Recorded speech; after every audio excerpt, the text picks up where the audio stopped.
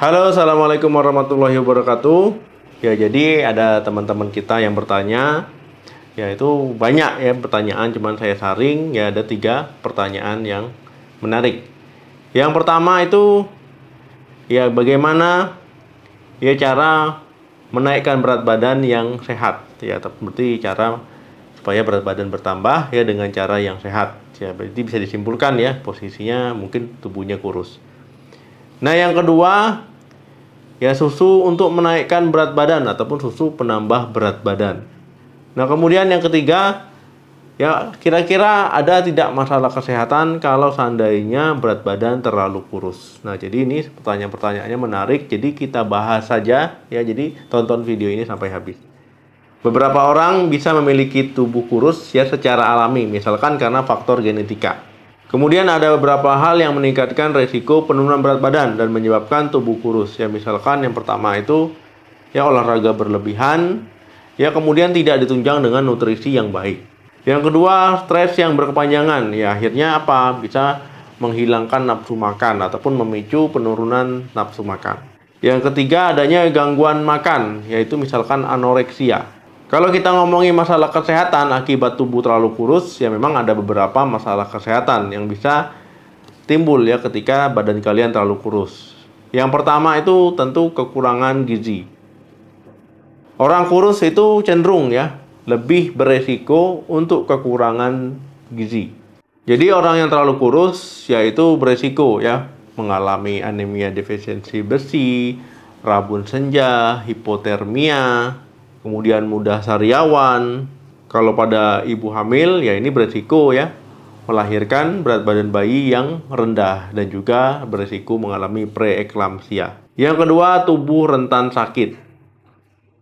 Seseorang dengan tubuh terlalu kurus ini beresiko gampang sakit ataupun mudah sakit, rentan sakit. Akibat apa? Ya jadi tubuh kita itu memerlukan nutrisi, memerlukan zat gizi ya agar fungsi kekebalan tubuh itu bisa bekerja dengan optimal. Yang ketiga, mengganggu siklus menstruasi. Wanita yang terlalu kurus ya ini berisiko mengalami gangguan menstruasi. Ya karena untuk produksi hormon itu memerlukan lemak. Ya akhirnya hormon menurun, akhirnya menstruasi jadi terganggu. Siklus menstruasi yang tidak teratur kalau berkepanjangan nanti dia mengganggu sel telur. Akibatnya nanti wanita itu sulit hamil, ya terganggu kesuburannya, ya sehingga untuk mendapatkan momongan itu akan sulit.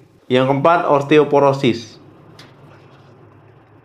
Tulang rapuh ya ataupun disebut dengan osteoporosis. Ya tulangnya keropos. Ya akibat apa? Kekurangan nutrisi, misalkan vitamin D, misalkan kalsium ataupun nutrisi lainnya yang menunjang kesehatan tulang.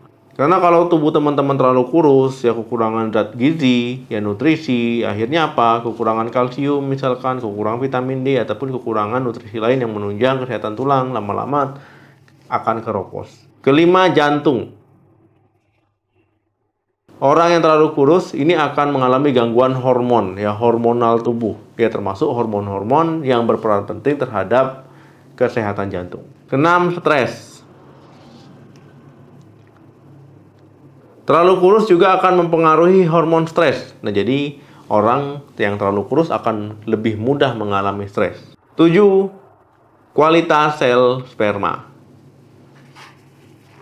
Untuk sel sperma yang sehat, yang kualitasnya baik, ya kuantitasnya baik, motilitasnya baik, pokoknya yang sehat, ya ini tentu akan memerlukan nutrisi, zat gizi, ya termasuk hormon-hormon berfungsi dengan baik. Nah, akhirnya nanti terciptalah sel pria yang sehat. Ya kalau tidak apa? Ya kualitas sel pria, spermanya ini menurun. Nah, kalau kita ngomongin masalah susu, ya di sini saya ada susu Apton Vegan. Ya, ini rasa vanila, tinggi protein ya untuk membantu menambah berat badan. Nah, teman-teman di sini kalau kita lihat ya komposisinya bisa dilihat di sini, kemudian informasi nilai gizinya. Ya mulai dari lemak totalnya, proteinnya, ya karbohidratnya, natriumnya, baik vitamin A, D, E, B1, B6, ya B9, vitamin C, biotin, kalsium, magnesium, zat besi, iodium, zinc. Ya jadi bisa dilihat di sini. Ya kemudian di sini juga ya sudah BPOM.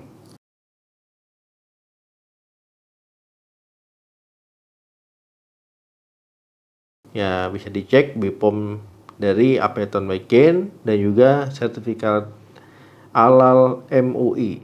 Untuk rasa yang kita gunakan itu adalah rasa vanila dan juga rasa coklat.